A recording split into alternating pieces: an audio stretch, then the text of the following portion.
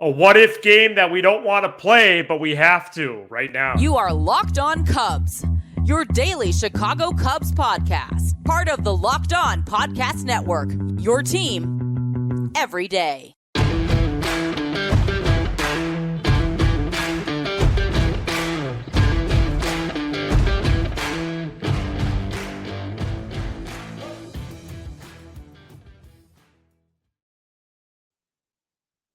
You are Locked On Crickets. Locked On Cubs, part of the Locked On Podcast Network. Your team every day. Alongside Sam Olber, I'm Matt Cozy. Best way to support the show is by listening every day on your preferred audio platform and pressing like and subscribe on YouTube. Thank you so much for making us your first listen. Sam and I are lifelong fans, taking our passion into discussion with you on all things Cubs. Happy weekend. Today's Friday episode is presented by FanDuel. Right now, new customers get $150 in bonus bets with any winning $5 money line bet. It's $150 if your team wins. Visit FanDuel.com/lockedon to get started. Shohei Ohtani will likely make his decision at the winter meetings, possibly as soon as Sunday or Monday. Cubs, Dodgers, Giants, and I guess Blue Jays are all in it. We'll get to that in a minute. We are all scouring the internet for what is genuinely no real info because executives and reporters have actually, quite frankly, been thoughtful of Ohtani and Ohtani's camp process, but that leaves all of us in the lurch, and we're all been caught up in it. And while we're pleased that Ohtani is the Cubs' main focus, Sam, we are starting to wonder what happens if he does not sign with the Cubs. We're 3 days officially away from the winter meetings. Trade winds were in the air on Thursday, but nothing happened. Yeah. I haven't had a great week. Well, best and worst is the third segment.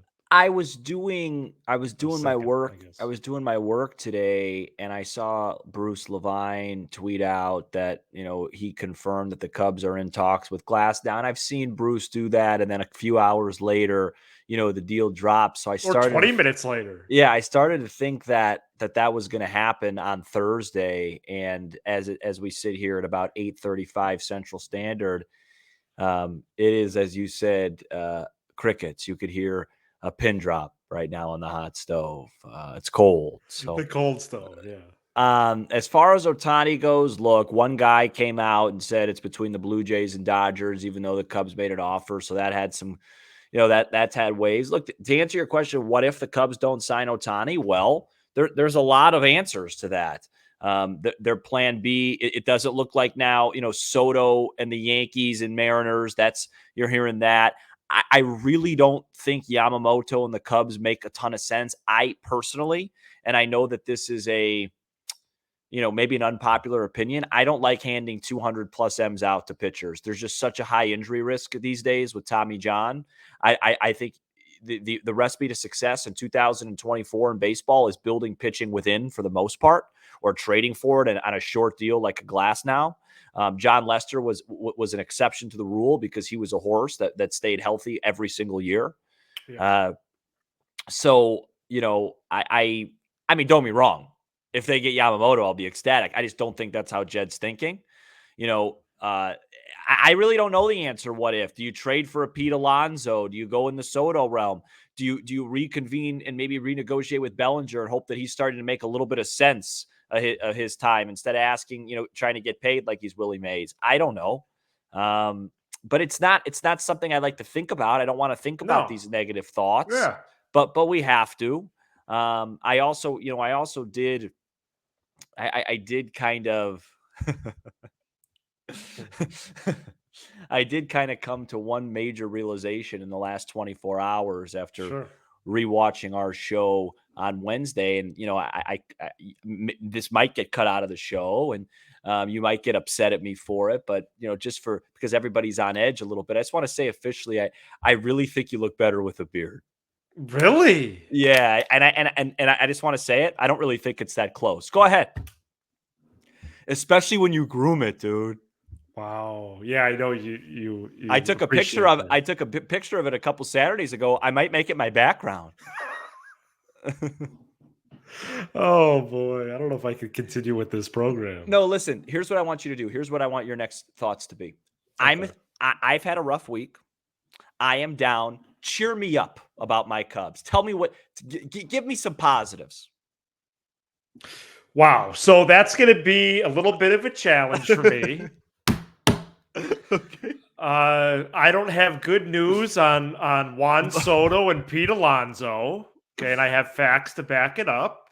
Okay. First of all, the asking price for Soto is high, which makes sense.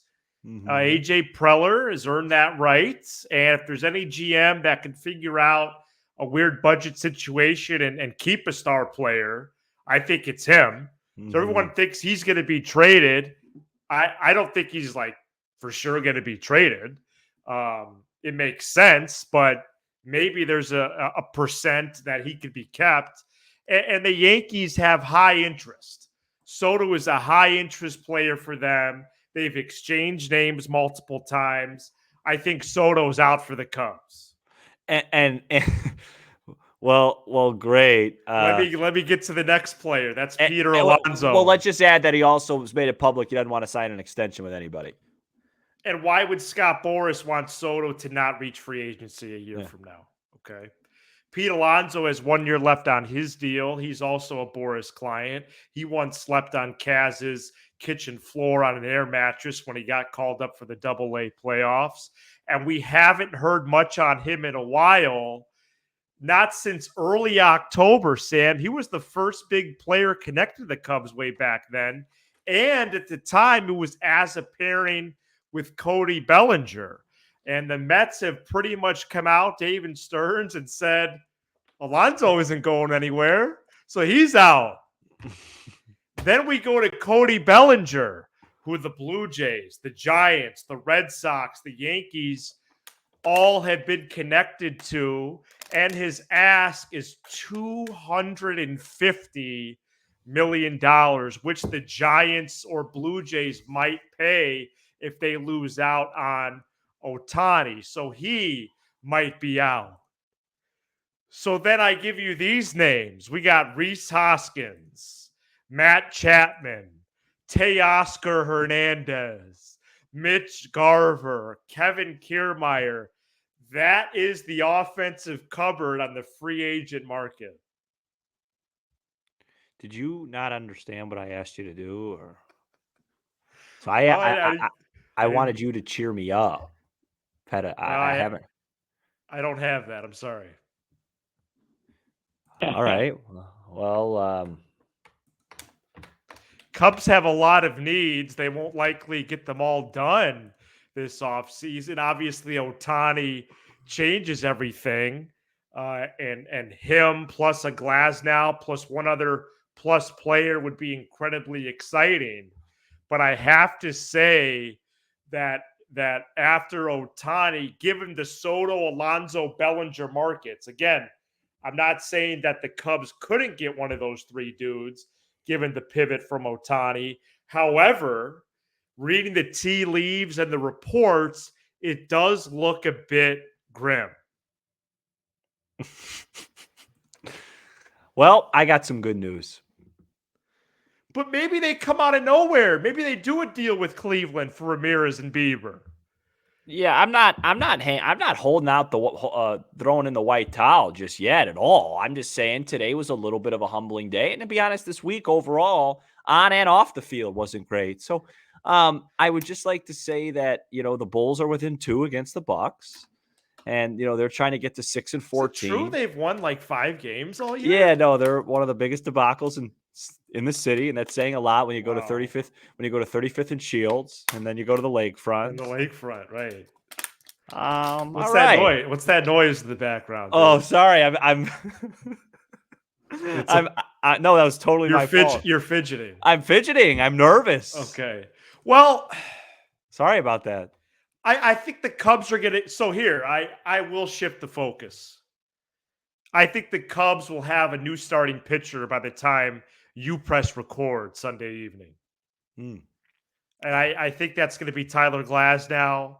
I think Wisniewski and Canario go to Tampa. And can I say something on the Glasnow front? Let me say it now before the Let's deal talk about him. happens. Yeah, before the deal happens.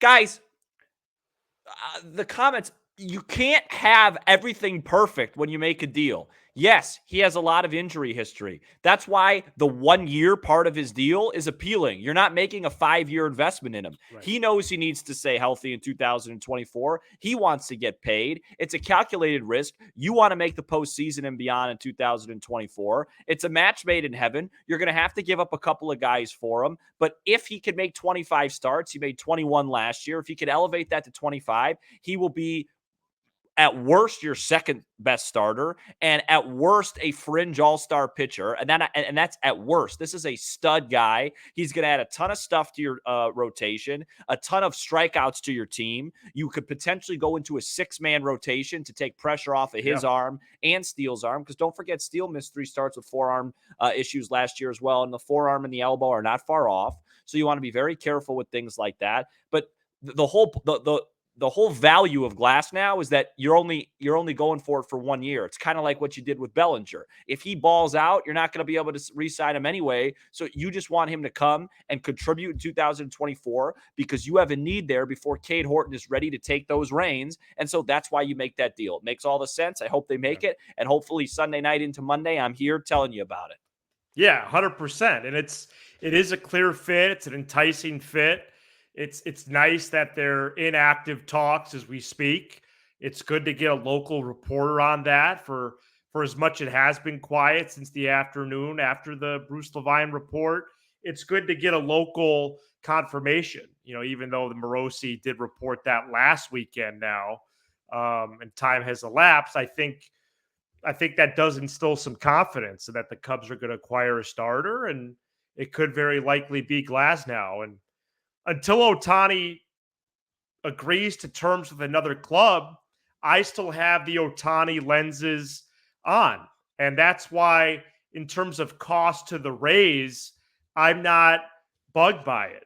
Because if you get Ohtani, then you are looking to make moves that increase your chances of winning the World Series. Because Ohtani changes everything. And who gets the Cubs closer to a World Series in 24? Is it Tyler Glasnow or Hayden Wisniewski and Alexander Canario? I mean, it's so easy to answer that. Well, and so I'm gonna pivot. I think they should make the deal even if they don't get Ohtani, because it's independent of that. Sure. Yeah, they need this organization right now. As we always say, you play the clip. There's real momentum happening here, right? There is all the time. You can't have a step back from last season. And the biggest fear I have for 2024 is we're an 84 win team, but we're not actually that good. So we're a game better, but we're only a game better because we figured out the margins with Counsell. Whereas if we had Counsell last year, maybe we're a 90 win team.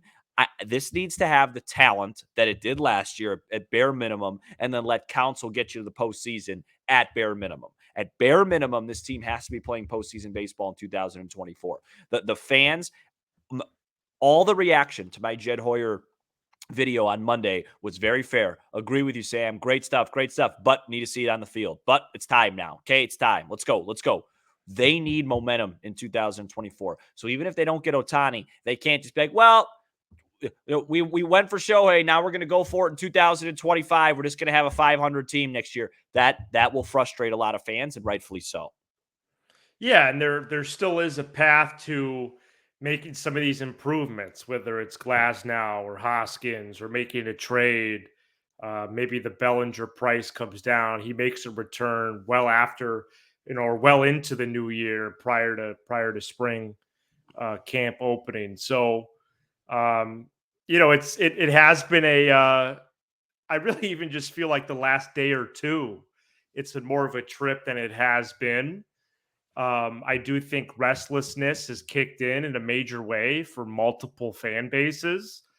But before we get to best and worst of the week, Sam, I do need to talk about this because you've been having this take with the Giants. Baseball does not want Ohtani on the Blue Jays. And that's not an unkind thing to say. If he goes there, it's bad for the sport. It is. What's that about? Where did they come from? Yeah, I'll tell you where they came from. The Blue Jays are very wealthy. They're owned by they're not owned by a person. They're owned by like a company and a board of directors. So they have a lot of money. Okay.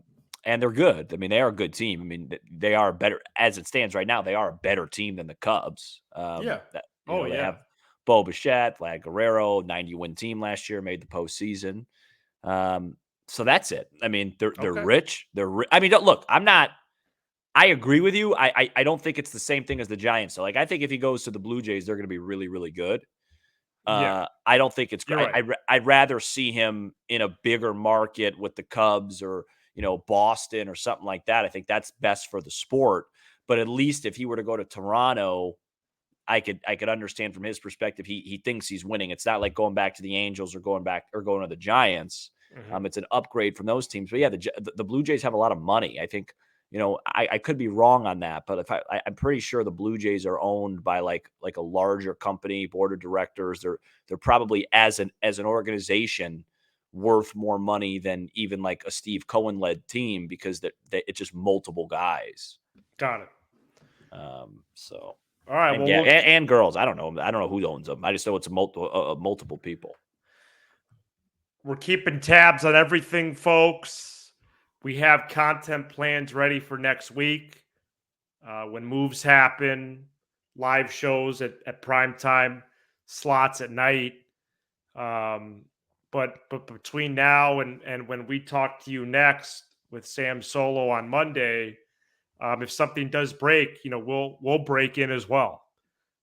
So please be ready to join us when a move does happen, and still hopefully exciting things out there. Best and worst of the week is next. Today's episode is brought to you by FanDuel. Score early this NFL season with FanDuel, America's #1 sportsbook. Right now, new customers get $150 in bonus bets with any winning $5 money line bet. It's $150 if your team wins. If you've been thinking about joining FanDuel, there's no better time to get in on the action. The app is so easy to use. There's a wide range of betting options, including spreads, player props, over, unders, and more. At 15-1, the Cubs currently have the sixth best odds to win the National League in 2024. Right now, it's Braves, Dodgers, Phillies, Mets, Padres, and Cubs. Visit FanDuel.com/lockedon. FanDuel, official partner of the Locked On Podcast Network. We're back here on Locked On Cubs, last episode of the week, and it's best and worst of the week as we complete another campaign here and enter the month of December. Wow, December 1st. Hopefully, it's one of the best Cubs months that we can remember in a long time. And best and worst of the week is one of our favorite segments. And for best, Sam, I have a couple notes on the show itself, and just feeling, thankful for the audience and their just incredible engagement with us. And we hope that you stick along for the ride this off season and beyond. The Spotify rap stuff has punctuated that a little bit, and keep sending us that. But yeah, it's been a fantastic opportunity here, and we're certainly going to keep it rolling. Yeah, absolutely. For my best of the week, I plead the fifth. My worst of the week is the cold and snow, as we had January and February-like temperatures earlier this week before a little bit of a tropical wave on Thursday in the Chicagoland area. And so Tom Skilling's retiring, man. Take his gig. In February, right? Yeah, it's all you at this point. Yeah, I know. I know I've talked about the weather before, but it's just I didn't really have much for this. So my worst of the week is sports talk radio in this Oh, city. yeah, that's a good one. If the Chicago Bears were one of the 3 teams linked to Patrick Mahomes, if the Chicago Bulls were one of the 3 teams linked to Nikola Jokic, we would be hearing about it 24 hours, 7 days a week, 1,670. There is virtually no Ohtani talk. I got to hear all day about Fields, and I got to hear about the Bulls and Zach LaVine. Nobody cares enough. Talk about things that actually have promise. Amen. I don't care about Eberflus and all of his pressers. Yeah, and his pressers and his injury reports. Montez and Billy Sweat. Donovan. Enough. I want to hear about the Cubs potentially, even if they don't sign him, being in the mix. This is an insane thing. This is one of the greatest baseball talents of all time. And I sit and I got to talk about, let's get more targets to Darnell Mooney. Good grief. Put us on the show. Give us 35 minutes. I would just take an hour slot at like midnight. I don't want to hear about DeRozan anymore. Yeah. And those again, guys, like in December, they stink. I don't expect them to take a whole show in December on the Cubs, but they shouldn't be doing a whole show on the Bears anymore. Well, they late. Shouldn't.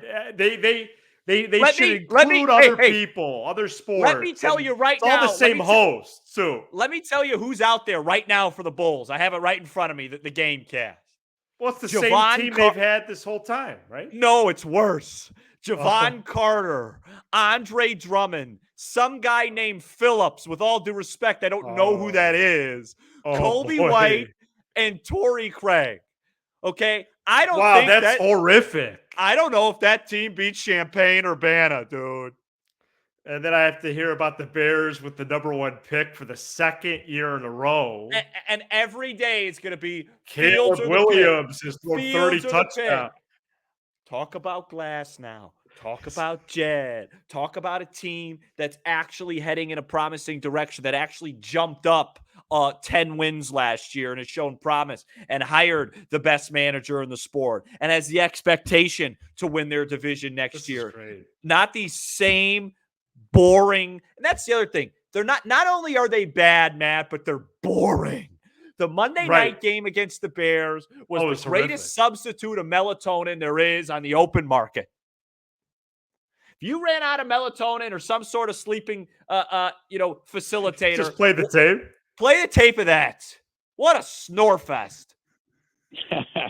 You want to get a midday sleep? Watch the replay on NBC Sports Chicago of the Bulls games. They're awful and boring. On Saturday night or Friday night, I was out with some buddies. They had the Bulls game on. I almost walked out at the house. I put anything else on. Anything. Right. Put on a cooking show. Anything but them. Anything. They're an atrocity. This is great. No, I would love to go on The Score again and talk Cubs. Yeah. I mean, we could talk about anything. Anything. Well, yeah, I think we could. Which is a precursor to something that may be coming, but we'll leave that.